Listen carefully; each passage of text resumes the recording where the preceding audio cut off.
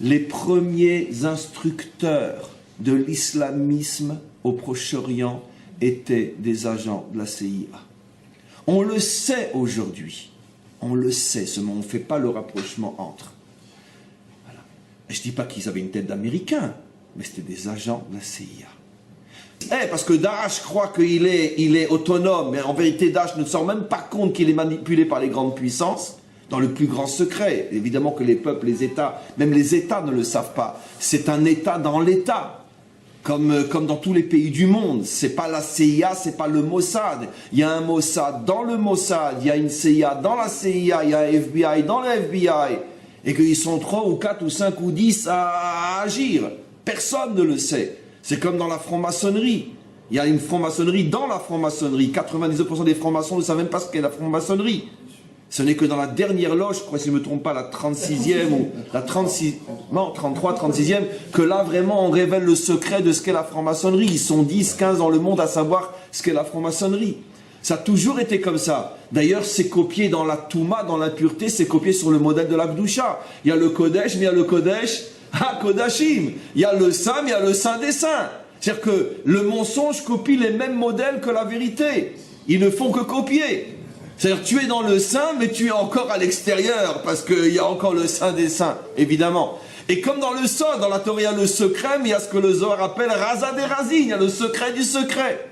En vérité, le monde est dirigé par ceux qui se trouvent au niveau du Kodesh HaKodashim de l'impureté, du Saint des Saints, le temple de l'impureté. Ils sont peut-être quelques milliers dans le monde, quelques dizaines de milliers dans le monde. C'est eux qui dirigent le monde.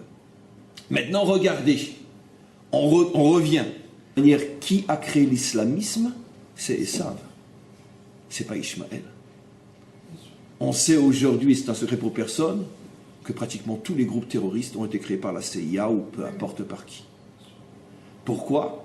Il y a différentes thèses. L'une des thèses les plus connues, c'est parce que c'est pour embêter, pour freiner l'expansion russe, peu importe, ça tout le monde le sait aujourd'hui, on peut l'apprendre dans les écoles. Moi, c'est pas ma thèse, j'y crois pas comme étant la raison finale. À mon avis, c'est une raison, on pourrait dire, donnée par la CIA elle-même pour calmer les gens. On jette un os aux chiens pour qu'ils arrêtent d'aboyer, mais on ne donne pas la vraie raison. La vraie raison, c'est eux qui ont créé Al-Qaïda, c'est eux qui ont créé Daesh, c'est un secret pour personne maintenant. Et c'est eux qui ont créé les fameux Mordim, comment on les appelle en français, les rebelles. C'est eux qui ont créé les rebelles contre Assad. Ça, c'est tellement évident qu'aujourd'hui, ils s'en cachent même pas. Et donc, c'est eux qui étaient derrière le coup d'État qui a fait tomber Moubarak. Il y a toute une politique de terrorisation du monde dans le but d'installer la mondialisation. Il y a quelques milliers de gens qui ont l'argent, le pouvoir. Ce sont tous des Édomites, pas des Ishmaélites. Même si on a, mais c'est l'idéologie édomite qui a l'intention de mettre l'humanité à genoux. Je sais, c'est fou, c'est incroyable, je suis taré, c'est pas grave. Je préfère dire que je suis en avance, c'est tout. Malheureusement, quand ça sera presque trop tard, vous verrez que j'avais raison. Comment fonctionnent les guerres modernes? Premièrement, déstabiliser. L'attaquant suscite des foyers de troubles dans le pays visé. Il déstabilise le pays qu'il a comme cible, au point qu'il y ait une guerre civile. Deuxièmement, comment le fait-il? Tout d'abord, il prend contact avec les groupements des mécontents et avec ceux qui sont prêts pour la violence, les rebelles, les terroristes rémunérés, dans le pays visé. Pour lui, cela ne joue aucun rôle si ces rebelles prêts à la violence se composent de fans de football, de fanatiques religieux, d'extrême gauche, d'extrême droite ou autres. Ils doivent seulement être violents, de sang-froid et loyaux. L'attaquant présente à chacun de ces groupes un avenir meilleur avec le droit d'intervention et beaucoup d'avantages. Ainsi, chaque personne motivée combat, peu importe par quel biais, pour imposer ses objectifs individuels.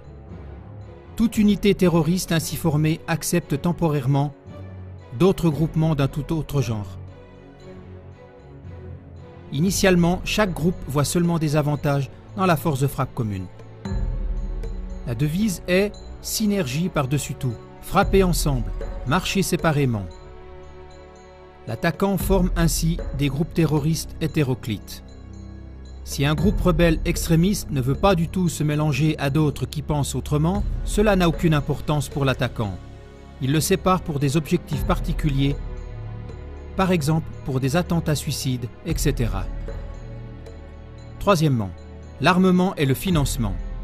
Au travers de mercenaires de son propre pays ou d'un autre pays, il forme les groupes de rebelles rassemblés préalablement en groupes de terroristes. Dans la mesure du possible, il fait cela en dehors du pays visé. Pour ce faire, il installe des centres de formation secrets, le plus près possible de l'endroit visé. Si cela n'est pas possible, il les fait venir d'ailleurs. Il livre aux rebelles des quantités d'armes et de munitions à volonté. Il paye les rebelles pour aller au combat. Quatrièmement, l'attaque. L'attaquant étranger met en pratique son plan de combat de façon ciblée. Suivant la stratégie, il attaque aussi de façon ciblée des personnes civiles. Son but est surtout d'attirer l'attention des peuples et de susciter le cri au secours venant de l'extérieur. Bien sûr, maintenant, ce n'est pas l'attaquant organisateur qui est au centre des informations de presse, mais le mauvais gouvernement du pays à renverser, ou bien, si besoin est, ce seront les rebelles, c'est-à-dire les unités terroristes. Cinquièmement, les buts du véritable attaquant sont toujours les mêmes. Autant que possible, affaiblir l'objet visé à partir de l'intérieur. Accusation ciblée contre l'objet visé. Autant que possible, provoquer la confusion et l'impuissance des peuples. Autant que possible, créer le besoin pour un secours militaire venant de l'extérieur. Renversement et élimination du gouvernement visé. Mise en place d'un nouveau gouvernement venant d'entre les rangs des rebelles déclarés des bons rebelles. Retrait des troupes, abandon du pays à lui-même afin qu'il tombe dans le chaos total. Nouvelle intervention radicale pour éliminer tous les héros utilisés auparavant et qui sont désormais appelés des terroristes. Prise en charge du pays ainsi que de ses ressources. Paiement de dédommagement au gré des attaquants. Sixièmement, se laisser célébrer comme sauveur. Septièmement, le même exercice en grand. Ce que l'attaquant a fait dans différents pays avec des troupes de rebelles hétéroclites, il le fait à grande échelle. Des pays entiers sont maintenant ses troupes choisies de rebelles. Avec celles-ci, il encercle ses plus grands rivaux qu'il ne pourrait jamais battre tout seul. Tout d'abord, il attise des provocations qu'il met sur le dos de ses plus grands rivaux. Il amène ces pays rebelles choisis à attaquer avec leurs propres armes et leur armée contre son plus grand rival. C'est seulement quand tous les pays ont tiré leurs dernières munitions, qu'ils ont perdu leurs meilleurs éléments et qu'ils sont ruinés que le véritable ennemi de l'homme, le véritable attaquant et belliciste intervient pour maintenant les vaincre tous ensemble. Qui sont les grands perdants ? Tous ceux qui se sont laissés envoûter et utilisés par cet attaquant et belliciste retors. Bienvenue, chers téléspectateurs, à notre émission spéciale au sujet des événements du 11 septembre 2001. Il y a 13 ans, selon des sources officielles, 3 avions volaient en direction d'importants bâtiments civils et militaires des États-Unis.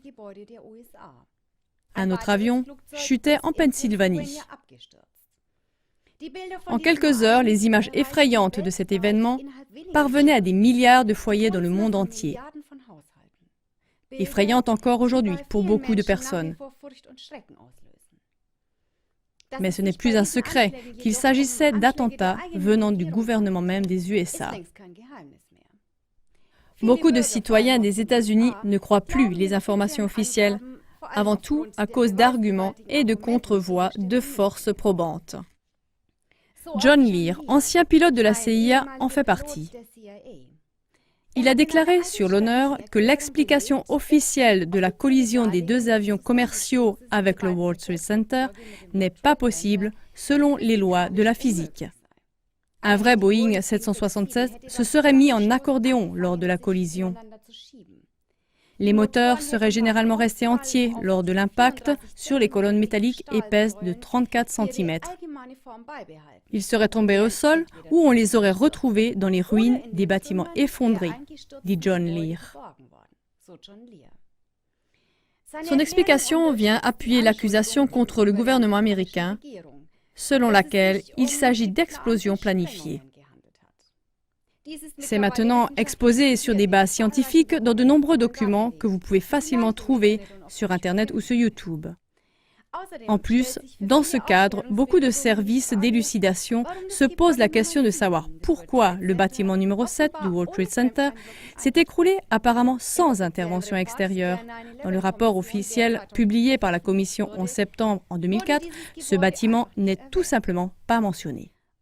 Pourquoi les médias, et avant tout les chaînes américaines et britanniques CNN et BBC, diffusent-ils des rapports trompeurs, c'est-à-dire fondés sur des mensonges ? Le journaliste américain connu William Dean Garner a découvert au cours d'années de recherche que presque toutes les banques nationales et les banques d'émission au monde sont contrôlées par une seule famille privée. Avant les attaques du 11 septembre, il est prouvé qu'il y avait 7 pays dont les banques nationales n'étaient pas contrôlées par cette famille. L'Afghanistan, l'Irak, le Soudan, la Libye, Cuba, la Corée du Nord et l'Iran. Quelques jours seulement après les attentats contre le World Trade Center, on a adopté la décision à Camp David, au Maryland, aux États-Unis, d'attaquer la majorité des pays en question. Ou pour mieux le formuler, suite à cet événement du 11 septembre, la décision pouvait être adoptée d'attaquer la majorité des pays en question. En effet, il est prouvé que le gouvernement des États-Unis avait déjà planifié l'invasion de l'Afghanistan et l'attaque contre l'Irak avant les attentats du 11 septembre. Mais pour recevoir le soutien de la population américaine et du monde occidental, il fallait une raison convaincante. Et cette raison a été donnée par les événements du 11 septembre qui ont en même temps déclenché la peur du terrorisme et aussi de l'islam. En résumé, nous jetons un coup d'œil rétrospectif. En 2001, les États-Unis ont pénétré en Afghanistan et en 2003, en Irak. En 2003, les banques nationales d'Afghanistan et d'Irak étaient prises par la famille Rothschild. Depuis 2003, il y a eu continuellement des affrontements entre le gouvernement et les rebelles au Soudan. La Banque centrale du Soudan a également été prise par les Rothschild en 2011. On a attaqué la Libye en 2011. Et pendant que le pays sombrait dans la guerre, une banque d'émission contrôlée par la famille Rothschild était déjà établie. En 2005, une commission d'assistance pour Cuba libre était spécifiquement créée à la Maison-Blanche. Cette autorité coordonne le travail contre le gouvernement cubain. Pour la seule année 2006, 15 millions de dollars étaient prévus dans le budget des États-Unis pour soutenir certaines parties de l'opposition cubaine. Au début de l'année 2013, l'ONU a pris des sanctions renforcées contre la Corée du Nord. De plus, les États-Unis ont annoncé la construction d'autres stations de défense antimissiles sur les îles du Pacifique afin de pouvoir intercepter une attaque potentielle en provenance de Corée du Nord. Contre l'Iran, depuis des années, déjà une grande guerre médiatique a lieu.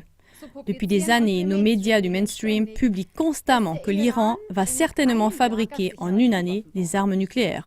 Ça nous rappelle quelque chose. Avant la guerre contre l'Irak, on a aussi publié dans tous les journaux que l'Irak possédait des armes de destruction massive. Mais cela était un mensonge, comme cela a été avéré après la guerre. Même si l'Iran est, avec Cuba et la Corée du Nord, un des pays dont les banques centrales ne sont pas sous contrôle de la famille Rothschild, cette famille a réussi, avec l'aide des États-Unis, des forces armées de l'OTAN et de reportages des médias, à reprendre la majorité des banques nationales qui n'étaient pas sous leur contrôle avant le 11 septembre. Avec l'aide des médias que les bellicistes mentionnés ci-dessus utilisent une fois de plus pour servir leurs propres objectifs, l'histoire semble se répéter maintenant 13 ans plus tard. Si en 2001 on s'est servi des attaques du 11 septembre, aujourd'hui on se sert d'une part de la milice IS pour provoquer la peur du terrorisme et de l'islam. Et d'autre part, on prend la Russie qui est marquée par l'image d'ennemi dans tous les esprits européens. Pour bien comprendre, regardez nos émissions sur le sujet de l'Ukraine ainsi que notre émission spéciale « Comment fonctionnent les guerres modernes ». Puisque dans le contexte de la crise en Ukraine et les milices IS, la vérité ne nous est pas transmise par les médias, ainsi les médias du mainstream nous entraînent de cette façon à être d'accord avec les attaques aériennes des États-Unis contre la Syrie. Et tous nos peuples européens, qui sont encore réticents à la guerre, sont rendus favorables à aller à la guerre contre le prétendu méchant agresseur russe. Réfléchissez-y et continuez à regarder les informations non censurées sur le mur des lamentations.